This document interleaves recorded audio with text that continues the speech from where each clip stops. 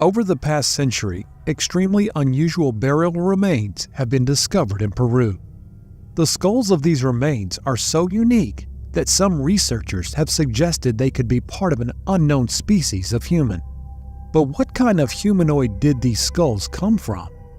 And why did the DNA test not only shock archaeologists, but leave them wondering if we're yet to discover a large part of humanity's history? Let's find out together.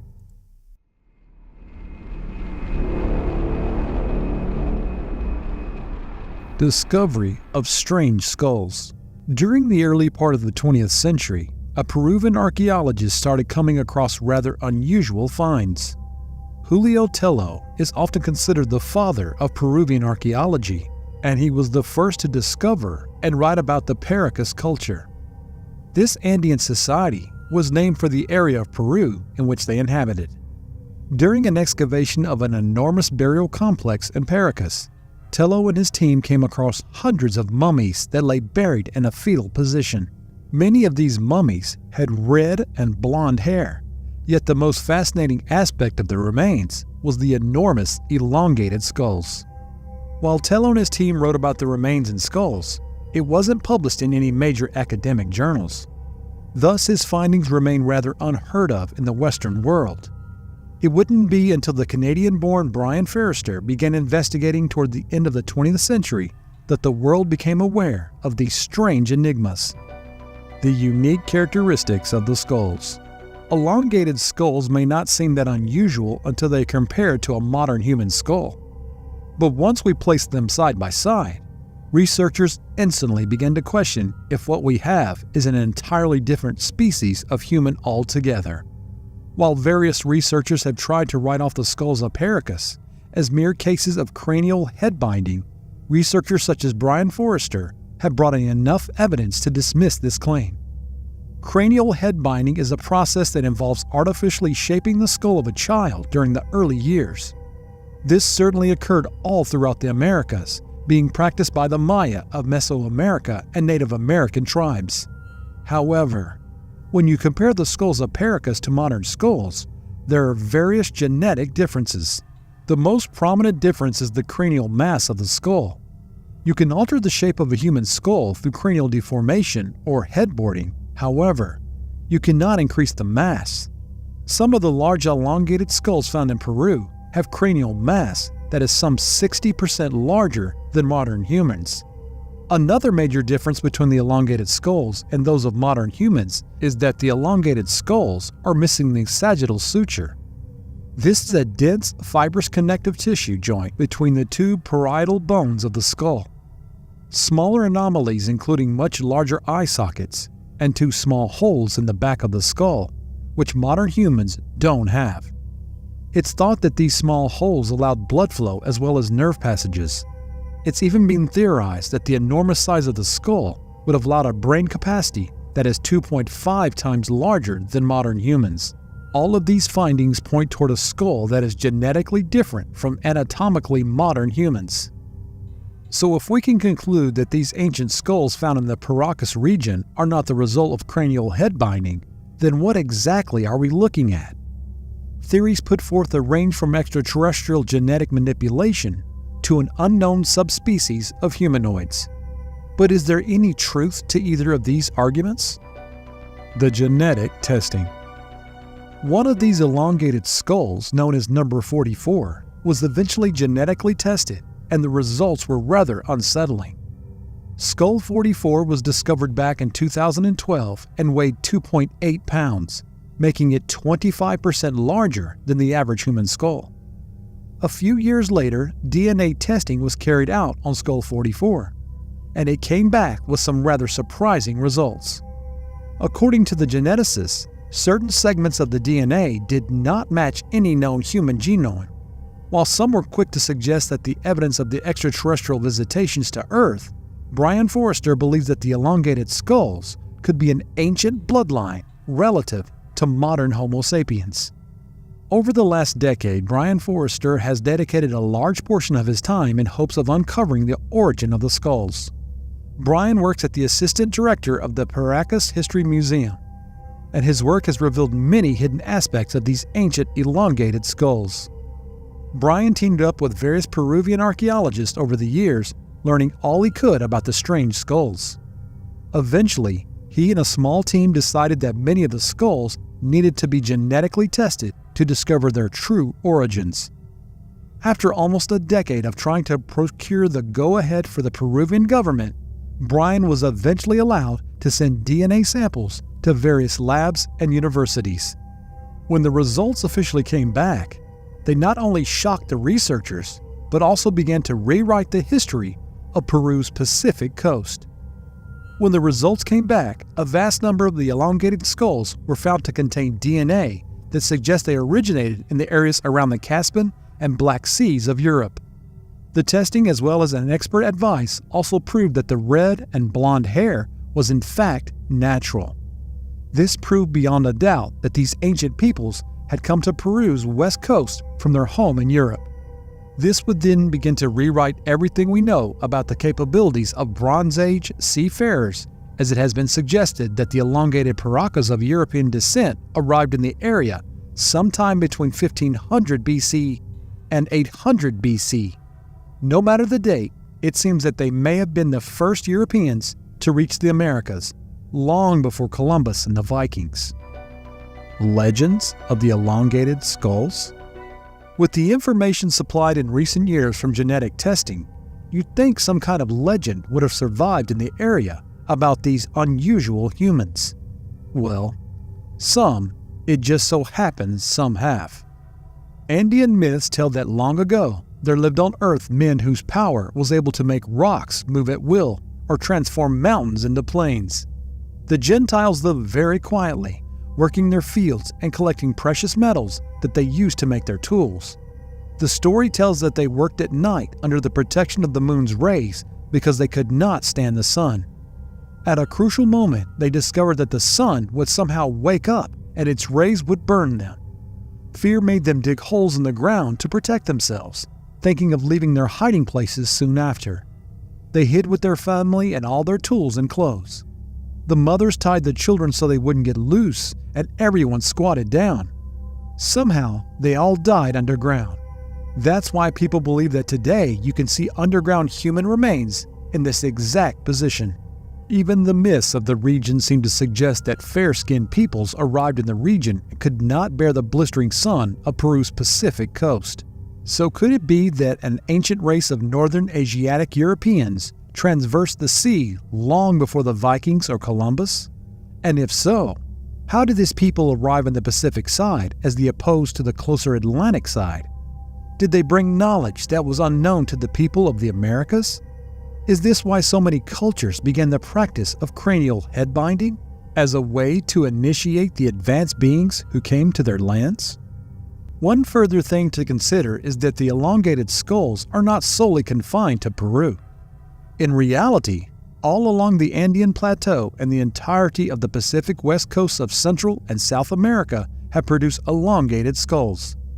Many of the skulls have characteristics that suggest they were in fact natural as opposed to the product of cranial deformation. Peru has the greatest concentration of enormous elongated skulls in the world. However, the second largest elongated skull found in the world was unearthed in Iran. This Indo-European speaking country in Western Asia has produced its own cache of elongated skulls. Geographically, Iran lies just south of the Caspian Sea, the area from where the Paracas skulls originated. This further implies that the Paracas culture originated in Northern Europe. Brian Forrester has put forth various theories on why this group of people had to leave their country. It's possible that they left during the Bronze Age collapse. Maybe their territory was invaded. Drought should also be considered, but no one has any idea why they traveled to the other side of the world. Had their ancestors been the Peruvian coast thousands of years ago? Do they have some kind of ancient map? Or were they guided there by some unknown force? All of this still remains up for debate. However, one thing is for certain: the elongated skulls of Paracas are yet to reveal all of their mysteries. In this video, we will enter the world of prehistory as we examine a revolutionary discovery regarding the origins of human evolution. Prepare to have your beliefs challenged as we discover the latest development in the theory of migration from Africa. Join us as we journey back in time, 7 million years ago, where we will find the truth about the first steps of humanity. These are the latest discoveries that are about to rewrite the evolutionary history of our species.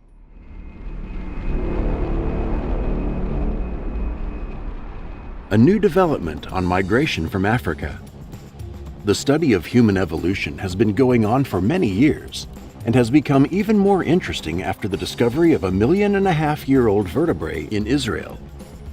This recent find has provided valuable insights into the history of our species, challenging the previously held theory that ancient humans migrated out of Africa in one wave. The vertebrae, believed to belong to an extinct human species, is the oldest evidence of the human presence in Israel to date. The discovery led researchers to believe that during the Pleistocene epoch, which lasted from 2.5 million years ago to 11,700 years ago, there were several waves of migration from Africa to Eurasia. This era is notable for including the last ice age, which would have posed a serious challenge to early humans making their way out of Africa. The study's lead author, Alon Barash, a paleoanthropologist and human anatomist at Bar Ilan University in Israel, said the discovery of this ancient vertebrae provides further evidence that ancient human species were much more adaptable and resilient than previously thought. Discovering a new piece of the puzzle is always exciting in the world of archaeology, said John Hawks, a paleoanthropologist at the University of Wisconsin-Madison.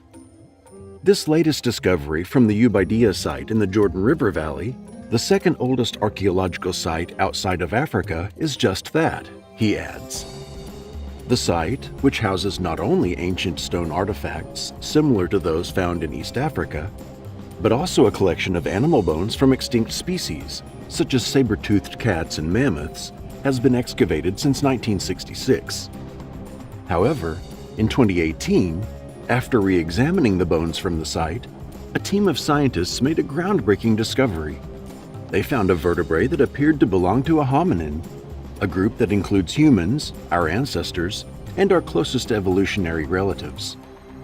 After comparing the vertebrae to those of animals that once lived in the Ubaidiyah region, such as bears, hyenas, hippos, rhinos, horses, gorillas, and chimpanzees, the team concluded that it came from an extinct human species. Although there was not enough data from the bone to identify the species, the researchers were able to determine that it belonged to a child who was approximately 6 to 12 years old at the time of death. This child would have been about 5 feet 1 inch, 155 centimeters tall, and weighed about 100 to 110 pounds, 45 to 50 kilograms, the same as an 11 to 15-year-old modern human. His height and weight were significantly greater than those of his contemporary peers.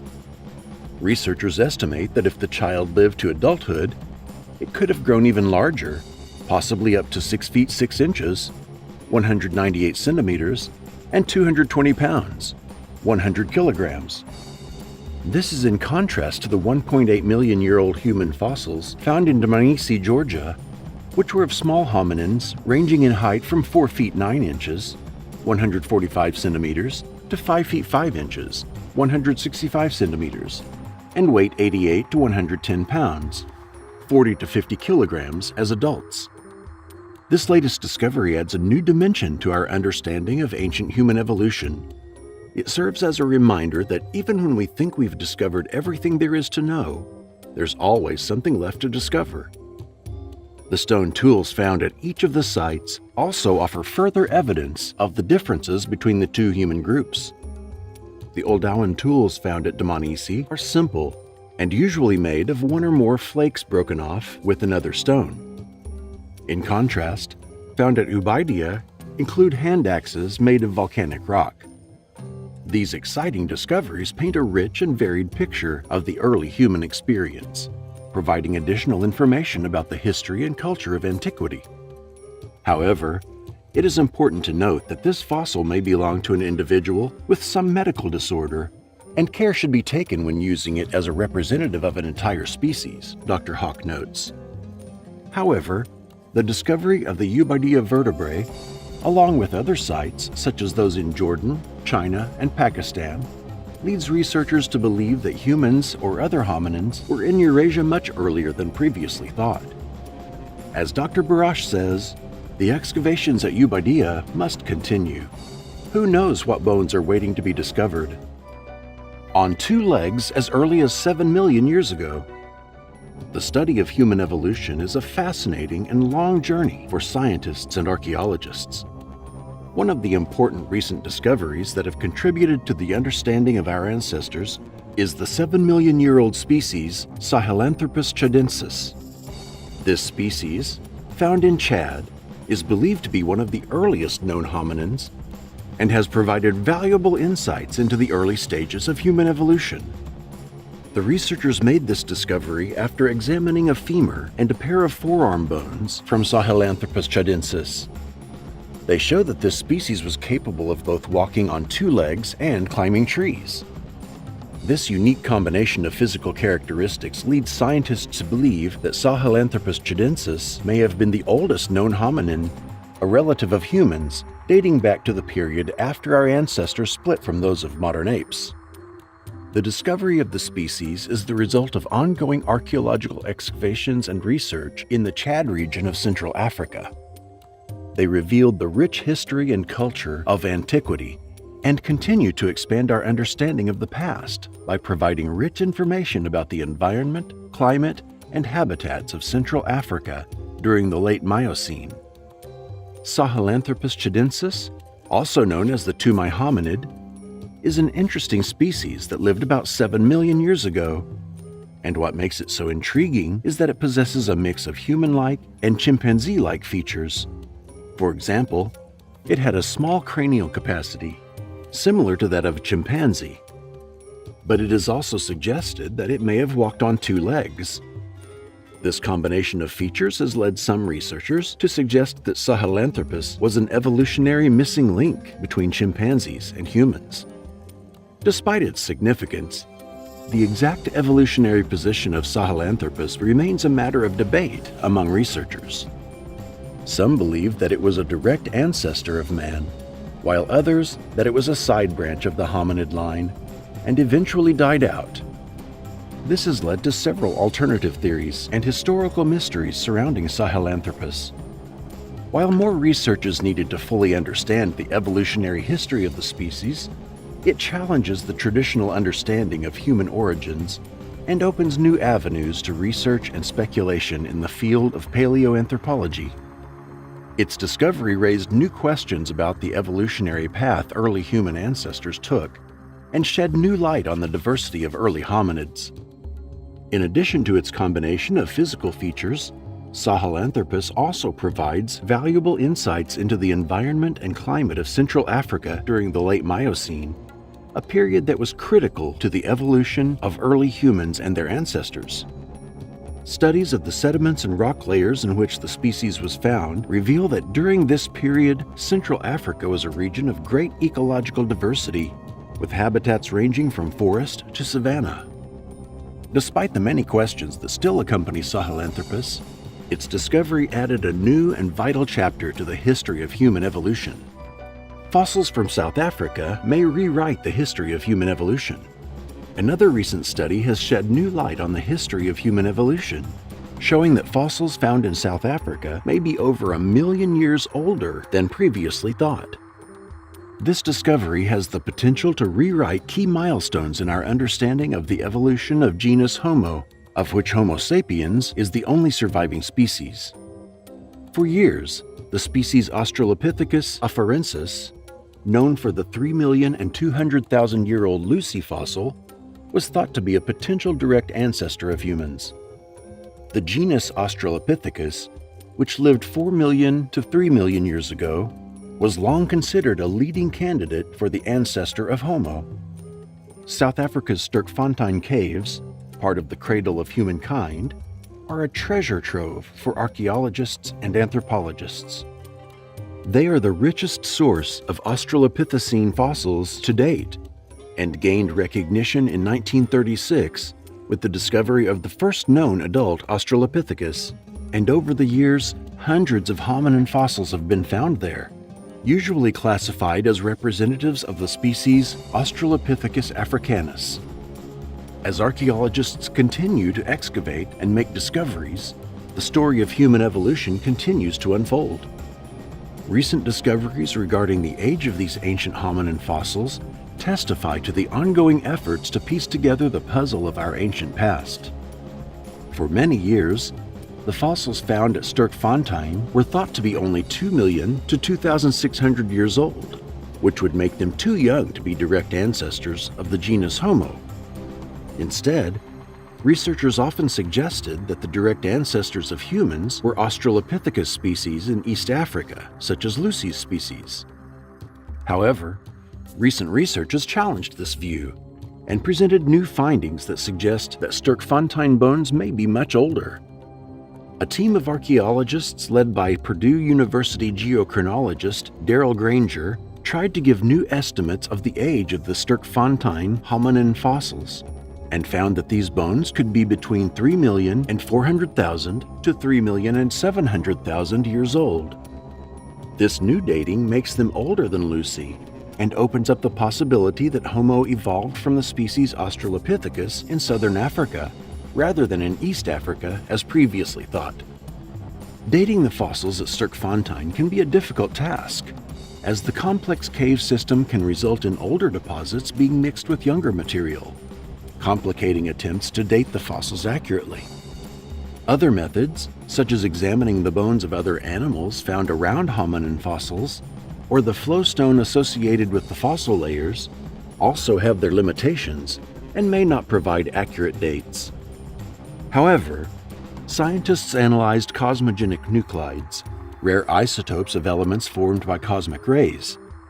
These isotopes form when quartz-bearing rocks are exposed to the surface, but not after they have been deeply buried in caves. The researchers were able to date the cave sediments and their fossils. The results show that the age range of the Australopithecus fossils in Sterkfontein falls between the newly suggested narrow time frame and at a time when there was a significant hominin diversification in East Africa. This suggests an early connection between hominins in southern Africa and eastern Africa. The findings have important implications for the evolutionary history of these species, as they suggest that Australopithecus africanus may be at least as old, if not older, than Australopithecus afarensis, and that the southern African species may have evolved into later hominins, including Homo. However, the new cosmogenic technique is unlikely to resolve the controversy surrounding the age of the Sterkfontein fossils, and may require further research to reach a consensus among scientists. As you can see, science is becoming increasingly uncertain about our evolutionary history. Unfortunately, our humble selves know even less about what happened in the millions of years behind us. But we promise you one thing: we will not stop providing you with all the perspectives of the latest research and discoveries. If you think our work is of value to you, show us by subscribing to the channel and liking this video.